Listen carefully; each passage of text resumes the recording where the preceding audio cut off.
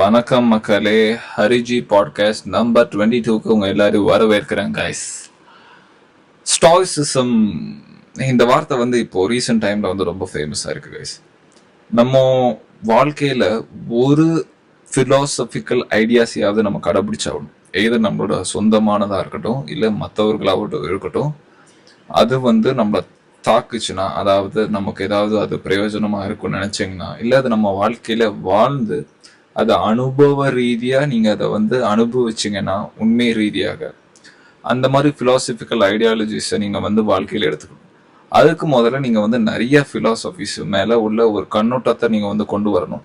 மற்றதெல்லாம் என்ன இருக்கு, நிறைய பேர் என்ன சொல்லியிருக்காங்க, இந்தியா அளவுல, தமிழ்நாட்டு அளவுல, இல்லை உலக அளவுல யார் யார் என்னென்ன சொல்லியிருக்காங்க, என்னென்ன பிலாசபிஸ்லாம் இருக்குங்கிறத ஒரு சின்ன ஆர்வத்தை நம்ம வளர்த்துக்கணும் கைஸ். அப்படிதான் நான் வளர்த்துக்கிட்டு ஒவ்வொரு பிலாசபியா தேடிப்போம். ஒரு சில எனக்கு பிடிச்சிருந்தது, ஒரு சில பேர் நான் மறுத்திருக்கேன். அதே மாதிரி எல்லாரோட பிலாசபியும் நீங்க ஏத்துக்கணும்னு அவசியம் இல்லை. அதே மாதிரி எல்லாரோட பிலாசபி உங்களுக்கு எதிராக இருக்குன்னு சொல்ல முடியாது. உங்களுக்கு என்ன தேவை, உங்களுக்கு என்ன தேவை இல்லைங்கிறத வந்து நீங்க தான் முடிவு பண்ணணும். அப்படி நான் வந்து ஒரு சூஸ் பண்ண ஒரு பிலாசபி தான் கைஸ் இந்த ஸ்டாய்சிசம். இந்த ஸ்டாய்சிசம்ங்கிறது வந்து ரொம்ப வித்தியாசமான நேமா இருக்கலாம். ஆனா இதோட உண்மையான அர்த்தம் பார்த்தீங்கன்னா ரொம்ப சிம்பிளா தான் இருக்கும். இதோட உண்மை கருங்கிறது வந்து நீங்க ரொம்ப ஈஸியா புரிஞ்சுக்கலாம். ஸ்டாய்சிசம் போறதுக்கு முன்னாடி அதை தொகுத்து வழங்கினவங்க, அதை ஆரம்பத்துல வளர்த்தவங்க, இல்ல ஃபவுண்டிங் ஃபாதர்ஸ் யார் யார் எத்தனை பேருன்னு பார்க்கலாம். இதுக்கு வந்து ஒரு 3 பில்லர்ஸ், அதே மாதிரி ஒரு 3 பிலாசபர்ஸ் தான் இந்த 3 பில்லர்ஸா இருந்திருக்காங்க. ஒருத்தர் பேர் பார்த்தீங்கன்னா செனகா, இன்னொருத்தர் பேர் மார்க்கஸ் ஆர்லியஸ், மூணாவதா பார்த்தீங்கன்னா எபிக்டெட்டஸ். ஸோ இந்த 3 பேரும் தான் ஸ்டாய்சிசம் வந்து தூக்கி பிடிச்சவங்க. இவங்க தான் வந்து ஒரு ஃபவுண்டிங் ஃபாதர்ஸாக இருந்துட்டாங்க. அது மட்டும் இல்லாமல் 3 பேரும் வந்து வெவ்வேறு காலகட்டத்தில் வாழ்ந்தாங்க. எபிக்டேட்டஸும் செனக்காவும் மேபி ஒரே காலகட்டமாக இருந்துக்கலாம். ஆனால் மார்க்கஸ் ஆர்லியஸ் வந்து டோட்டலாக டிஃப்ரெண்ட் ஏஜ், அவங்கள 2 பேரை தவிர்த்து. ஸோ இவங்க 3 பேரும் பெரிய அளவில் வளர்த்தது தான் இந்த ஸ்டாய்சிசம். இவங்க ஆக்சுவலி ஒரு ஃபவுண்டிங் ஃபாதர்ஸ். முக்கியமாக செனக்கா போட்ட விதை தான் இந்த ஸ்டாய்க்குன்னு ஒன்று உருவாச்சு. அது மட்டும் இல்லாமல் அவர் வந்து ஒரு யூனிவர்சிட்டியே இதுக்குன்னு உருவாக்குனார். அப்படி இந்த ஸ்டாய்சிசம்ல என்ன இருக்கு? So let's go guys. இந்த ஸ்டாய்சிசம்ங்கிறது உங்களோட செல்ஃப் டெவலப்மெண்ட், செல்ஃப் கண்ட்ரோல், அது மட்டும் இல்லாமல் உங்களோட டிஸ்ட்ரக்டிவ் எமோஷன்லேருந்து எப்படி வெளியில் வருதுங்கிறதுக்கான ஒரு சின்ன சொல்யூஷன் தான் இந்த ஸ்டாய்சிசம். ஸோ இது மூலமாக உங்களுக்கு என்ன வரும்னா, ஒரு கிளியர் ஐடியா வரும். ஒரு அன்பயாஸ்ட் திங்கராக இருப்பீங்க. அதாவது ஒரு விஷயத்தை பிடிச்சிக்கிட்டு அதுதான் உண்மைன்னு நம்பாம எல்லாத்தையும் நீங்க ஏத்துக்கிற மனப்பான்மை வரும். உங்களை நீங்களே அது மூலமா வந்து கண்ட்ரோல், செல்ஃப் சென்ட்ரிக் பர்சனா இருப்பீங்க. ஸோ அதுதான் இந்த ரொம்ப சிம்பிளான விஷயத்தை தான் இந்த ஸ்டாய்சிசம் இருக்கு. இந்த ஸ்டாய்சிசம் வந்து நிறைய வகைகளை சொல்றோம். ஒன்று வந்து பாத்தீங்கன்னா, உங்ககிட்ட என்ன இருக்கோ, உங்களால என்ன கட்டுப்படுத்த முடியுமோ அது மேலதான் நீங்க கவனம் செலுத்தணும். ரெண்டாவது பாத்தீங்கன்னா, நீங்க வந்து தொடர்ந்து முயற்சி பண்ணிக்கிட்டே இருக்கணும். மூணாவது, நீங்க ஒரு வெர்ச்சுவஸ் பர்சனா இருக்கணும். அதாவது நல்லதே ஒரு நற்குணங்கள் உள்ள ஒரு நபரா இருக்கணும். நாலாவதா பாத்தீங்கன்னா, உங்களோட வில் பவர், அதாவது உங்களோட செயல்திறன், அதை வந்து நீங்க வந்து பயிற்சி பண்ணிக்கிட்டே இருக்கணும். இந்த 4 இந்த மாதிரி அடுக்கிக்கிட்டே போகலாம். சுலபமா வரேன். ஒரே ஒரு பாயிண்ட்ல தான் இந்த ஒட்டுமொத்த ஸ்டாய்சிசமோட பெரும்வகையான ஒரு பங்கு இருக்குன்னு நான் சொல்லுவேன். அது பாத்தீங்கன்னா, உங்களால எது கட்டுப்படுத்த முடியும், உங்களால எது கட்டுப்படுத்த முடியாது. இதை வச்சே உங்களோட வாழ்க்கை உள்ள டைமென்ஷன், நீங்க வாழ்க்கையை எதிர்கொள்ற பக்குவம், வாழ்க்கையை பார்க்குற ஒரு கண்ணோட்டமே மாறிடும். ஒன்று பார்த்தீங்கன்னா, திங்ஸ் யூ கேன் கண்ட்ரோல், அது ஃபர்ஸ்ட் எடுத்துக்கலாம். அதில் பார்த்தீங்கன்னா உங்களோட எண்ணங்கள், உங்களோட ஒப்பீனியன்ஸ், அது மட்டும் இல்லாமல் உங்களோட ஆக்ஷன்ஸ், அப்புறம் உங்களோட சாய்ஸஸ், அப்புறம் பார்த்தீங்கன்னா உங்களோட டிசைர்ஸ், அப்புறம் உங்களோட அவர்ஷன். நாலாவதா பார்த்தீங்கன்னா உங்களோட ரியாக்ஷன் அண்ட் எமோஷன். அஞ்சாவது உங்களோட ஃபோக்கஸ், அப்புறம் அட்டென்ஷன். இந்த 5 விஷயம்தான் உங்களால கட்டுப்படுத்த முடியும். உதாரணத்துக்கு சொல்லணும்னா, இதுதான் உங்க கையில இருக்கு. இதை வச்சுதான் நீங்க வந்து உங்க வாழ்க்கையில எல்லா விதமான படிகளையும் நகர்த்தணும். முதல்ல பார்த்தீங்கன்னா உங்களோட தாட்ஸ் அண்ட் ஒப்பீனியன். இதற்கு எதிர்மறையா அந்த பக்கம் என்ன இருக்குன்னா, அடுத்தவர்களோட தாட்ஸ் அண்ட் ஒப்பீனியன். அதெல்லாம் வந்து வாட் யூ கான் கண்ட்ரோல்ல வரும். ஸோ உங்களுக்கே தெரியும் கைஸ், நம்ம வந்து தெரியும். இதுக்கு வந்து ஒரு சின்ன உதாரணமா சொல்லலாம். மார்க்கஸ் ஆர்லியஸோட ஒரு கோட் சொல்லலாம். You are the person the most loving person would be yourself, and but you will only take the opinions of the others அப்படின்னு சொல்லுவாங்க. அதாவது என்னன்னா, உங்களுக்கு உங்களை தான் ரொம்ப பிடிச்சிருக்கும், ஆனா நீங்க வந்து உங்களை விட மத்தவங்க ஒப்பீனியன் மேலதான் ரொம்ப ஆர்வமா இருப்பீங்க, அதுதான் நீங்க எடுத்துப்பீங்கிறத ரொம்ப சுலபமா மார்க்கஸ் அரேலியஸ் ரொம்ப தெளிவா சொல்லியிருப்பாருங்க. அதுதான் உண்மை. நம்மளோட தாட் அண்ட் ஒப்பீனியனுக்கு நம்ம என்னைக்கு முக்கியத்துவம் கொடுத்துருக்கோம், அதை நம்ம வந்து ரொம்ப நல்லா கவனிச்சு பார்க்கணும் கைஸ். அடுத்தவங்க என்ன நினைப்பாங்களோன்னு நினைச்சு நம்ம எத்தனை விஷயத்த மாத்திருக்கோம். அது ரொம்ப சின்ன விஷயமா இருக்கட்டும், இல்ல ரொம்ப பெரிய விஷயமா இருக்கட்டும், அதற்காக நான் வந்து உங்களோட நல்ல செயல் தீய செயல் அதுக்குள்ள நான் போக விரும்பல. நான் சொல்றது ஒரு சராசரி, அது எல்லாருக்கும் தெரியும். நீங்க பண்றது வந்து அவ்வளவு பெரிய விஷயம் இல்லை, ஒரு நல்ல விஷயம் வச்சுக்கோங்க. உதாரணத்துக்கு நான் ஒன்று சொல்றேன். நீங்க வந்து ஒரு நாள் வந்து ரொம்ப ஒரு மோசமான ட்ரெஸ் போடுற வேண்டிய நிலைமை இருக்குன்னு வச்சுக்கோங்க. அன்னைக்கு உங்களோட அவுட்ஃபிட் வந்து நல்லா இல்லை, உங்களுக்கு வேற வழி இல்லாததான் போட்டாகணும். அன்னைக்கு அதை போட்டுட்டு போறீங்க. உங்களுக்கு போட்டவனே தெரியும் அது எப்படிப்பட்ட அவுட்ஃபிட்டு உங்களுக்கு நல்லா இருக்குன்னு. அந்த இடத்துல நீங்க வந்து டிசிஷன் எடுத்து முடிச்சிருக்கலாம். ஆனா அதை விடாம அது அந்த நாள் முழுக்க நீங்க அதை எடுத்துட்டே போவீங்க. யாராவது என்ன சொல்லிடுவாங்களோ, யாராவது பார்த்துருவாங்களோ. அதே மாதிரி நீங்க நினைச்ச மாதிரி யாராவது ஒரே ஒருத்தர் வந்து உங்ககிட்ட அந்த கேள்வி கேட்கறாங்க, என்ன ட்ரெஸ் இது, இதெல்லாம் ஒரு நல்ல ட்ரெஸ்ஸான்னு அந்த ஒரு கேள்வி கேட்கும் போது உங்களுக்கு வந்து உலகமே இருண்ட மாதிரி ஒரு தோணலாம். இல்லைன்னா வந்து நீங்க நினைச்ச மாதிரி நடந்துருச்சேங்கிற ஒரு வருத்தம், ஒரு மாதிரி வெக்ஸ் ஆயிருவீங்க. அன்னைக்கு நாள் முழுக்க அதையே கேரி பண்ணுவீங்க. மற்றவங்க வந்து வேற கண்ணோட்டத்துக்கு உங்களை பார்த்தாலும், சாதாரணமா உங்களை பார்த்தா கூட உங்களோட அந்த ட்ரெஸ்ஸுனாலதான் பாக்குறாங்கன்னு நீங்க நினைச்சுப்பீங்க. உங்களை நீங்களே குறிப்பீங்க. அந்த செல்ஃப் டவுட் வந்து அதிகமாயிட்டே போகும். அதற்கெல்லாம் காரணம் வந்து அந்த ஒப்பீனியன் தான். நான் சொல்றது வந்து வெறும் சாதாரண இன்சிடென்ட். எந்த ஒரு இன்சிடென்டான எடுத்துக்கிட்டாலும் சரி, நீங்க வந்து அடுத்தவங்க பேச்சுக்கு வந்து மதிப்பு கொடுத்தீங்கன்னா உங்களோட தாட்ஸ் அண்ட் ஒப்பீனியனுக்கு நீங்க மதிப்பு கொடுக்காம போயிருவீங்க. Which is the most important thing in your life. உங்க வாழ்க்கையில எது முக்கியமோ அதுக்கு தான் நீங்க மதிப்பு கொடுக்கணும். அதுதான் உங்க கண்ட்ரோலையும் இருக்கு. ரெண்டாவது, ஆக்ஷன் அண்ட் சாய்ஸஸ். ஏற்கனவே நான் சொன்ன மாதிரி எண்ணங்கள் அடுத்து ஆக்ஷன். நீங்க என்ன நினைக்கிறீங்க அதை நீங்க ஆக்ஷனா மாத்துவீங்க. அதுதான் வந்து உங்க கையில இருக்கு. இப்போ உதாரணத்துக்கு வந்து நீங்க ஜிம்முக்கு போறீங்க, உங்களோட கோல் வந்து எடை ஏத்தணும், இல்ல இறக்கணும், இல்லைன்னா வந்து ஒரு நல்ல பாடி வேணும். சிம்பிளா சொன்னா ஒரு நல்ல பாடி வேணும். அதுதான் உங்களோட ஆக்ஷன் வச்சுக்கோங்க. அதுதான் உங்களோட கோல்னு செட் பண்ணிக்கிட்டா அந்த கோல் வந்து அந்த லைனுக்கு அந்த பக்கம் போயிடும்.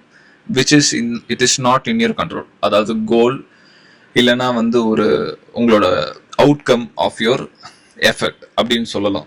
ஸோ அது வந்து உங்களோட லைனுக்கு அந்த பக்கம் போறதுனால அது உங்க கண்ட்ரோல்ல கிடையாது. ஆனா அதுக்கான ஆக்ஷன் என்னது? இன்னைக்கு ஜிம்முக்கு நான் போயிடணும் 1 hour. ஒன்று. ரெண்டாவது பார்த்தீங்கன்னா அதுக்கான டயட். ஒரு நாளைக்கு 5 மீல் ஹெல்த்தியான ஸ்நாக்ஸ், ஹெல்த்தியான மீல்ஸ், 5 மீல்ஸ் சாப்பிடணும். 2. இது ரெண்டத்தையும் நீங்க வந்து சரியா பண்ணீங்கனாலே போதும். ஒரு நாளைக்கு பண்ணுங்க, ஒரு நாள் பண்ணுங்க. அது தினமும் பண்ணீங்கன்னா அந்த அவுட்கம் வரும் வராம போகலாம். நான் இப்போவும் சொல்றேன், அந்த அவுட்கம் வந்து கண்டிப்பா வரணும்னு அவசியம் இல்லை. ஆனா நிச்சயமா உங்களுக்கு அது வந்து ஒரு பெரிய ஒரு ரிலீஃப் தரும். நீங்க வந்து அவுட்கம் அட்டாச்மெண்டா இருக்கிறதுனால உங்களால ப்ரெசன்ட் மூமெண்ட்டை வந்து மிஸ் ஆக முடியும். இதேதான் மார்க்கஸ் அரேலியஸ் சொல்றாரு, ப்ரெசன்ட் மூமெண்ட்ல இருக்கிறது தான் உங்களோட எல்லா மனுஷனோட ஒரு முக்கியமான கோல்னே சொல்றாரு அவரு. ஸோ அதனால வந்து இந்த அவுட்கம் பயாஸ்டா இல்லாம ஆக்ஷன் பயாஸ்டா இருப்பீங்க. அதுதான் உங்க கண்ட்ரோல்ல இருக்கு. அடுத்ததா பாத்தீங்கன்னா உங்களோட டிசையர்ஸ் அவர்ஷன். அதாவது டிசையர்ஸ்னா உங்களோட ஆசைகள், எது மேல உங்களுக்கு ஆசை இருக்கு அதெல்லாம் வந்து நீங்க கட்டுப்படுத்தலாம். உங்களுக்கு வந்து இந்த பொண்ணு பொருள், அதே மாதிரி இந்த பணத்து மேல இல்ல பதவி மேல இல்ல எதுனால சின்ன சின்ன விஷயமா இருக்கட்டும் சரி, ஒரு சின்ன உணவு சாப்பிட்றதுல இருந்து இதெல்லாம் வந்து கட்டுக்கோப்பா வைக்கிறது வந்து உங்க கையில இருக்கு. அதே மாதிரி அவர்ஷன்னா எதெல்லாம் தவிர்க்க வேண்டிய ஒரு பொசிஷன் பார்க்கணும். இதெல்லாம் வந்து நம்ம வாழ்க்கையில அவசியமற்றது. ஒரு இடத்துல போய் படம் பார்க்கறதா இருக்கட்டும், இல்ல ஒரு தவறான ஒரு டாக்ஸிக் ரிலேஷன்ஷிப்பை வந்து நம்ம தொடர்ந்து எடுத்துட்டு போகிற இந்த மாதிரி சின்ன சின்ன விஷயங்கள்லாம் அவர்ஷன் சொல்லுவாங்க. அதாவது தவிர்க்கப்பட வேண்டிய விஷயம். இது எல்லாமே வந்து உங்க கையில இருக்கு. அடுத்ததா பாத்தீங்கன்னா உங்களோட ரியாக்ஷன்ஸ், அப்புறம் எமோஷன். இது வந்து ரொம்ப ரொம்ப முக்கியமான ஒரு விஷயம். உங்க கண்ட்ரோல்ல இருக்கிறத நம்ம வந்து எப்பவுமே இழந்துடுறோம். நம்ம கட்டுப்பாட்டுல இருக்க எப்பவுமே இழக்கக்கூடிய விஷயம் இந்த 2 தான். அதாவது வெளிப்புற விஷயங்கள் உங்களை தாக்குனாலும் அதுக்கு நீங்க கொடுக்குற அந்த ரியாக்ஷன், அதுக்கப்புறமா அதை நீங்க எப்படி மேனேஜ் பண்றீங்க எமோஷனலி, அந்த எமோஷன்ஸ். இப்போ ஒரு உதாரணம் நான் சொல்றேன் கைஸ். நீங்க வந்து வாகனத்துல ஒரு ஒரு இடத்துக்கு போய்கிட்டு இருக்கீங்க. அது ஒரு முக்கியமான ஒரு ஃபங்க்ஷனா இருக்கலாம், இல்ல ஒரு முக்கியமான மீட்டிங், இல்ல ஒரு அந்த இடத்துக்கு நீங்க போயே ஆகணும். நீங்க வந்து டயத்துக்கு முன்னாடி தான் இருக்கீங்க. போகும்போது ஒரு விபத்தாகுது, இல்லைன்னா ஒரு ஒரு ஒரு சரியா ஒரு தவறான இடத்துல வந்து ஒரு இடத்துல வந்து ஒரு சின்ன தவறு நடந்து போயிடுது. ஒரு ஒரு வண்டிக்காரன் உங்களை முட்டிடுறா, இல்லை நீங்க முட்டிடுறீங்கன்னு வச்சுக்கோங்க. தவறு வந்து உங்க மேலே இருக்குன்னு வச்சுக்கலாம். அப்போ வந்து ஒருத்தன் வந்து சண்டைக்கு வரான், அதாவது உங்ககிட்ட பிரச்சனை பண்ணணுங்கிற ஒரு நோக்கத்தோடய வராங்கன்னா, நீங்க வந்து அவனை எப்படி ஹேண்டில் பண்ணுவீங்க?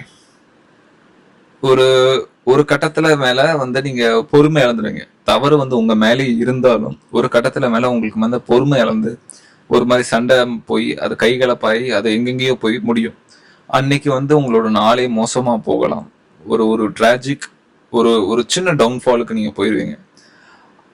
அப்போ வந்து அந்த நாள் முடிவுல உங்க மனசு என்ன இருக்குன்னா, அந்த ஒரு நபர்னாலதான் எனக்கு அந்த நாளே மோசமாயிருச்சு.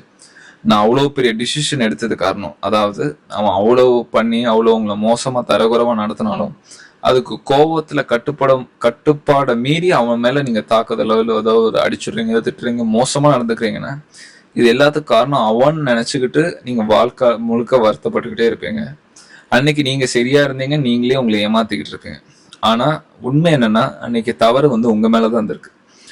அவன் எவ்வளவு மோசமானவனா இருந்திருக்கலாம், எவ்வளவு அவன் தப்பே பண்ணாதவனா இருந்திருக்கலாம், இல்ல தப்பு பண்ணக்கூடிய அன்னைக்கு நடந்ததுக்கான தவறுக்கு முழு காரணமா அவன் இருந்திருக்கலாம். ஆனா அன்னைக்கு அவன் உங்க மேல நடந்துக்கிறதுக்கு உங்க ரியாக்ஷன் சரியா இல்லாதனாலதான் அவ்வளவு பெரிய விளைவு நடந்தது. நீங்க மட்டும் அதை பக்குவமா எடுத்துக்கிட்டு, ஓகே தவறு யார் மேலே நடந்தாலும் நடந்து முடிஞ்சிருச்சு, அடுத்தது என்னங்கிறத நகர்ந்து போனீங்கன்னா அதுதான் உங்க கண்ட்ரோல்ல இருக்கு. உங்களோட எமோஷன், இந்த இடத்துல நான் என்ன பண்ணணும், இந்த இடத்துல ஏன் நான் இப்படி நடந்துக்கணும், இப்படி நடந்துக்கிட்டா ஏன் என்ன நடக்குங்கிறத வந்து நீங்க யோசிச்சு அந்த ஒரு நேரம் உங்க அமிக்டலை வந்து நீங்க பயன்படுத்தாம இருந்தீங்கன்னா நிச்சயமா அந்த இடத்துல உங்களோட ரியாக்ஷன் எமோஷன் வந்து உங்க கண்ட்ரோல்ல இருக்கும். நீங்க ஈஸியா அந்த சிச்சுவேஷன் வந்து நகர்ந்துருவீங்க. இந்த மாதிரி பல சிச்சுவேஷன் பல பேரோட வாழ்க்கையில நடந்திருக்கும். இந்த மாதிரி தவறான செயல்னால ஒரு பெரிய விளைவுல அவங்க சந்திச்சிருப்பாங்க. இது 4. அடுத்தது கடைசியா பாத்தீங்கன்னா உங்களோட ஃபோக்கஸ் அண்ட் அட்டென்ஷன். நீங்க எங்க கவனம் செலுத்தணும், எங்க கவனம் செலுத்தக்கூடாது, எங்க உங்களோட உங்க முழு கவனத்தையும் வச்சுக்கணுங்கிறது வந்து உங்க கையில தான் இருக்கு. நம்ம ஈஸியா சொல்லிடுவோம் இது வந்து ஒரு டிஸ்ட்ராக்ஷனான வேர்ல்டு, இங்க வந்து ஒரே எங்க பார்த்தாலும் இந்த சோசியல் மீடியாஸ், இந்த மொபைல் போன், இந்த மாதிரி ஒரு டிஸ்ட்ராக்ஷன் வேர்ல்ட்ல இருக்கும். இதுக்கு நான் காரணம் இல்லை, இதுக்கு வந்து இந்த ஒரு என்விரான்மெண்ட், இந்த காலகட்டத்து மேல நம்ம பழி போடக்கூடாது. எல்லாத்துக்குமே காரணம் நம்ம தான். எவ்வளோ டிஸ்ட்ராக்ஷன் இருந்தாலும் நம்ம மைண்ட் வந்து ஒரு ஃபோக்கஸ்டா இருக்கணும். ஏன்னா அதுதான் நம்ம கையில இருக்கு. டிஸ்ட்ராக்ஷன் வரலாம், அது நீங்க வந்து 50 வருஷத்துக்கு முன்னாடி டிஸ்ட்ராக்ஷன் இருந்திருக்கு, 500 வருஷத்துக்கு முன்னாடி இருந்திருக்குங்க. காலத்து மேல நம்ம பழி போடவே கூடாது. உங்களோட ஃபோக்கஸ் வந்து உங்க கையில தான் இருக்கு. நீங்க ஒரு விஷயத்த பண்ணணும்னா அதை வந்து நீங்க அதுக்கு இப்பவே அந்த இடத்த நீங்க வந்து கடைபிடிச்சாகணும். ஃபோக்கஸ்ங்கிறது வந்து இன்றியமையாத ஒரு விஷயம். இதெல்லாம் வந்து உங்க கண்ட்ரோல்ல இருக்கிறதெல்லாம் நீங்க கண்ட்ரோல் பண்ணிக்கிட்டாலே போதும். உங்ககிட்ட கட்டுப்பாட்டுல இல்லாததெல்லாம் உங்களோட அந்த நான் ஏற்கனவே சொன்ன மாதிரி அடுத்தவங்களோட ஒப்பீனியன்ஸ், அதே மாதிரி உங்க அவுட்கம் ஆஃப் யுவர் ஆக்ஷன்ஸ், அது மட்டும் இல்லாம பாஸ்ட் ஃபியூச்சர், அதாவது ப்ரெசன்ட் கூட உங்க கையில இல்லை, ஆனா நீங்க ப்ரெசன்ட்ல எடுக்கிற அந்த முடிவு உங்க கையில தான் இருக்கு. அதுதான் நான் சொல்றேன். ஸோ அந்த டைம், அது மட்டும் இல்லாம இயற்கை, நேச்சர், அதாவது வெதர் கண்டிஷன், இல்லைன்னா வந்து எக்ஸ்டர்னல் ஈவெண்ட்ஸ்ன்னு சொல்லலாம். ஒரு இடத்துல போய்கிட்டு இருக்கும்போது திடீர்னு ஒரு ஆக்சிடென்ட் நடக்குது, அதனால ஒரு ரோடு ஜாம் ஆகுதுன்னா உங்களால போக முடியாம இருக்கலாம். இந்த மாதிரி ஒரு எக்ஸ்டர்னல் ஈவெண்ட்ஸ், அதனால இதெல்லாம் வந்து, அது மட்டும் இல்லாம முக்கியமான ஒரு விஷயம் டெத். இது எல்லாமே வந்து உங்க கையில கிடையாதுங்க. இத வந்து உங்க கண்ட்ரோல்ல இருக்கிறது, நீங்க உங்க கையில இருக்கிறத எப்படி நீங்க கண்ட்ரோல் பண்ணுங்கிறது ஒரு எவ்வளவு முக்கியமான விஷயமோ, அதே மாதிரி உங்க கண்ட்ரோல் இல்லாத ஒரு விஷயத்த நீங்க வந்து முழுக்க முழுக்க விட்டுறணுங்க. புத்தர் அதுதான் சொல்றாரு, சிறந்த தியானம் வந்து எல்லாத்தையும் எடுத்துக்கிறது இல்லைங்க, எல்லாத்தையும் இழக்கிறது தான். அது மாதிரி இந்த மாதிரி விஷயத்த வந்து நீங்க அந்த எண்ணத்துல இருந்து நீங்க வெளியே வரணும். இதெல்லாம் உங்க கட்டுப்பாட்டுல இல்லைங்கிறத வந்து நீங்க ரொம்ப ஆழமா புரிஞ்சுக்கணும். அப்பதான் நீங்க வந்து உங்க வாழ்க்கையில அடுத்த படிநிலைக்கு போக முடியும். இதுதான் வந்து ஸ்டாய்சிசம் வந்து ரொம்ப ஸ்ட்ராங்கா சொல்லுது. அதை ஃபாலோ பண்ண செனக்கா ஆகட்டும், மார்க்கஸ் ஆர்லியஸ் ஆகட்டும், எபிக்டேட்டஸ் ஆகட்டும், இவங்கெல்லாம் வந்து இந்த ஸ்டாய்சிசம் தான் ஃபாலோ பண்ணி அவங்க வந்து ஒரு பெரிய ஒரு வாழ்க்கையில ஒரு பெரிய வேல்யூ கொண்டாங்க. அதே மாதிரி அதை மற்ற ஜென்ரேஷனுக்கும் அவங்க பாஸ் பண்ணாங்க. ஸோ இந்த வீடியோ பிடிச்சிருந்தா கைஸ் லைக் பண்ணுங்க, ஷேர் பண்ணுங்க, மறக்காம நம்ம சேனலுக்கு சப்ஸ்கிரைப் பண்ணுங்க. பபாய்.